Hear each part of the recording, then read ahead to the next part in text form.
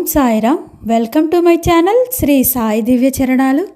మనం బాబా గారి ఎంతోమంది భక్తుల కోసం తెలుసుకుంటున్నాం కదా. మరి ఈరోజు ఈ వీడియోలో వినాయకరావు గోపీనాథ్ హాటే వీరి కోసం మనకు సాయి సచ్చరిత్రలో ఏ అధ్యాయంలో ఉంటుంది, మరి వారి కోసం తెలుసుకుందాం. సాయి మహాభక్తుడైన డాక్టర్ వినాయకరావు గోపీనాథ్ హాటే వారి గురించి మనకు దివంగత శ్రీ గోవింద్ రఘునాథ్ దబోల్కర్ అలియాస్ హేమాద్రిపంత్ రాసిన పవిత్ర శ్రీ సాయి సచ్చరిత్రలోని 29వ అధ్యాయంలో మనకు వీరి కోసం ఉంటుంది. శ్రీ హేమాద్రిపంత్ గారు శ్రీ సాయి సచ్చరిత్రలోని కెప్టెన్ హాటే అని ప్రస్తావించారు. డాక్టర్ వినాయకరావు గోపీనాథ్ హాటే వృత్తిరీత్యా దైవాజ్ఞ సమాజానికి చెందిన వైద్యుడు మరియు శ్రీ సాయిబాబా షిరిడీలో ఉన్న సమయంలో సైన్యంలో కెప్టెన్గా పనిచేస్తూ ఉన్నారు. ఆయన సాయిబాబాకు చాలా నమ్మకమైన భక్తుడు. కెప్టెన్ హాటే యువకుడిగా ఉన్నప్పుడు 1911 సంవత్సరంలో డిసెంబర్ 16వ తారీఖున మొదటిసారి షిరిడీకి వచ్చి బాబాను దర్శనం చేసుకున్నారు. ఆ తర్వాత LMNS పరీక్షకు హాజరయ్యారు. శ్రీ సాయిబాబా ఆయనకు కలలో కనిపించి షిరిడీకి లాక్కొని వెళ్ళారు. గాల్వియర్లో నివసిస్తున్న డాక్టర్ వినాయకరావు గోపీనాథ్ హాటే అక్కడే సాయిబాబాను కలలో చూశారు.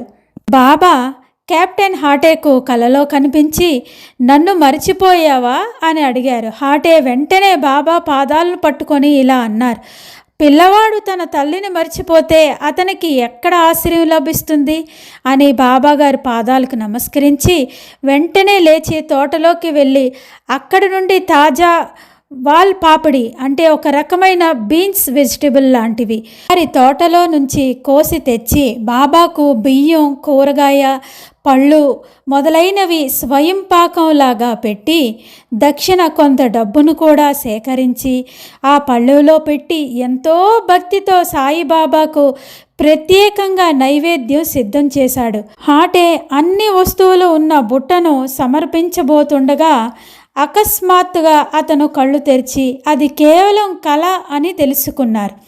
ఈ వస్తువులు అన్నిటినీ ఒకేసారి పట్టుకొని షిరిడీకి వెళ్ళి బాబాను దర్శించుకొని బాబాకు మనస్ఫూర్తిగా సమర్పించాలని భావించాడు. కానీ ఆ సమయంలో అతడు గాల్వియర్లో ఉన్నందున ముంబైలో ఉన్న అతని స్నేహితుడు శ్రీ కాకాసాహెబ్ దీక్షిత్కు తన కల గురించి వివరంగా వివరిస్తూ స్వయంగా షిరిడీకి వెళ్ళమని కోరాడు కెప్టెన్ హాటే. శ్రీ కాకాసాహెబ్ దీక్షిత్కు మనీ ఆర్డర్ ద్వారా డబ్బు పంపుతానని, ఆ సామాగ్రి అంతా కొని ఉత్తమమైన కూరగాయలు అయిన వాల్ పాపిడిని ఏదో ఒక విధంగా కొని బాబాకు సమర్పించాలని కూడా హాటే ఒక ఉత్తరం రాసి పంపించారు. మిగిలిన డబ్బును షిరిడీకి తీసుకువెళ్ళి బాబాకు ఇతర సామాగ్రిని కొని సమర్పించాలని కూడా కోరారు.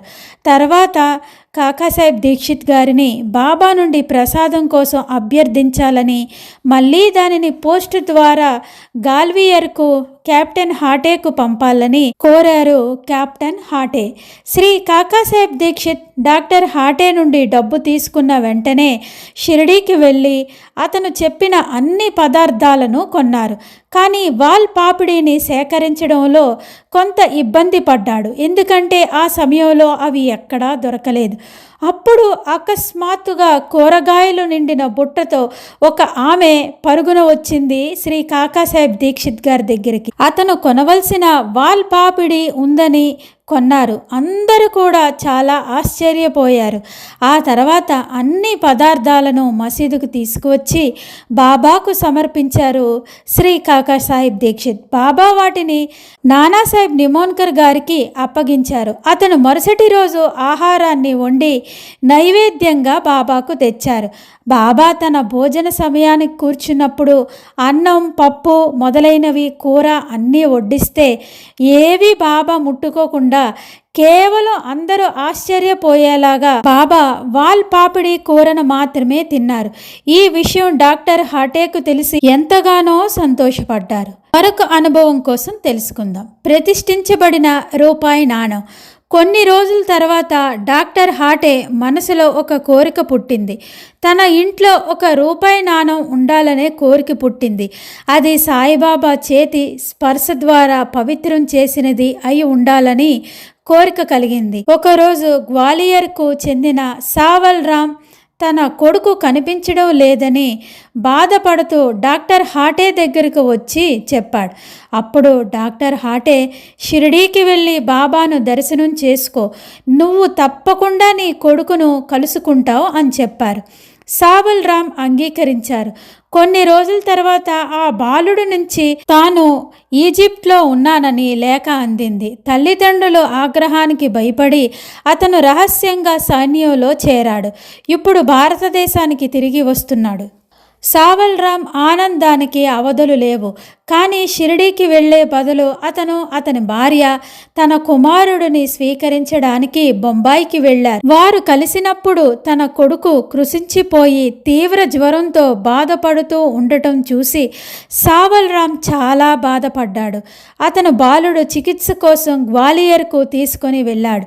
మళ్ళీ అతని గురించి డాక్టర్ హాటేతో చెప్పాడు. హాటే మళ్ళీ సావల్ రామ్తో ఇలా చెప్పారు, నువ్వు ఇచ్చిన వాగ్దానాన్ని నిలబెట్టుకోలేకపోయావు. ఇప్పుడు నీ కుమారుడిని తీసుకొని బాబా వద్దకు వెళ్ళు, బాబా గారి దర్శనం చేసుకో, ఖచ్చితంగా నీ కుమారుడికి ఆరోగ్యం చెక్కబడుతుంది అని చెప్పారు. తర్వాత వారు ముగ్గురు షిరిడీకి బయలుదేరారు. వారు వెళ్లే ముందు రోజు డాక్టర్ హాటే సావల్ రామ్కు ₹1 ఇచ్చి, దీనిని బాబా చేతిలో పెట్టు, దానిని తిరిగి తీసుకొని రావడం మర్చిపోవద్దు అని చెప్పారు.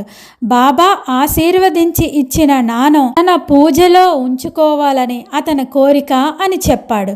సావల్ రామ్ షిరిడీకి వెళ్ళి బాబాను దర్శించుకున్నారు. బాబా పాదాలకు నమస్కరించి మొదట తన దక్షిణ సమర్పించుకున్నారు.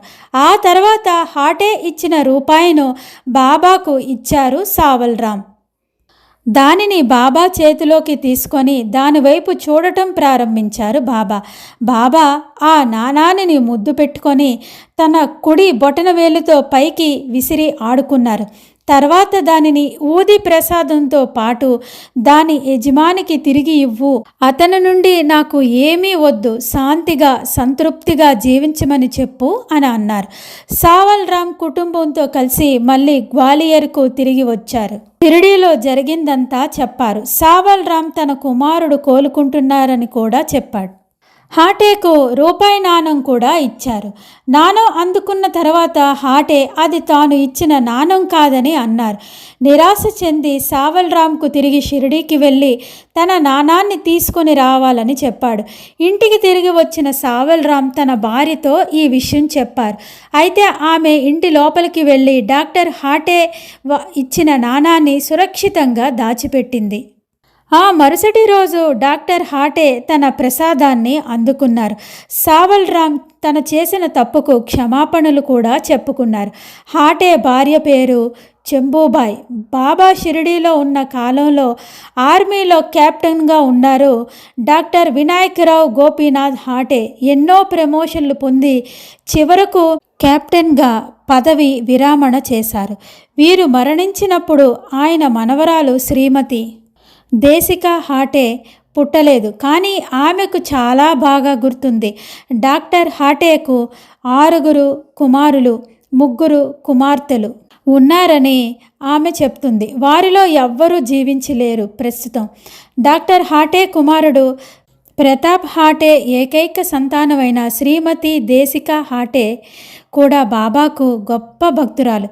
శ్రీమతి దేవికా హాటే ముంబైలోని జాస్లోక్ హాస్పిటల్కు డైరెక్టర్ ఆఫ్ మెడిసిన్గా పనిచేస్తూ ఉన్నారు. డాక్టర్ మాల్తేష్ పాటేల్ను వివాహం చేసుకున్నారు.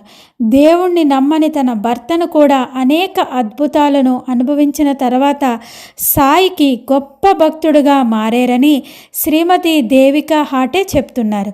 శ్రీ సాయిబాబా ఇచ్చిన ₹1 నాణం తన పెద్దమామ దగ్గర ఉందని, దానికోసం ఖాళీ చెక్కును కూడా ఇచ్చానని, కానీ వారు తిరిగి ఇవ్వలేదని చెప్తున్నారు ఆమె. విధంగా మనకు వినాయకరావు గోపీనాథ్ హాటే అలియాస్ కెప్టెన్ హాటే గారి కోసం మనకు సాయి సచ్చరిత్రలో 29వ అధ్యాయంలో కొంతవరకు ఉంది. బాబాకు అంకిత భక్తుడిగా జీవించారు కెప్టెన్ హాటే.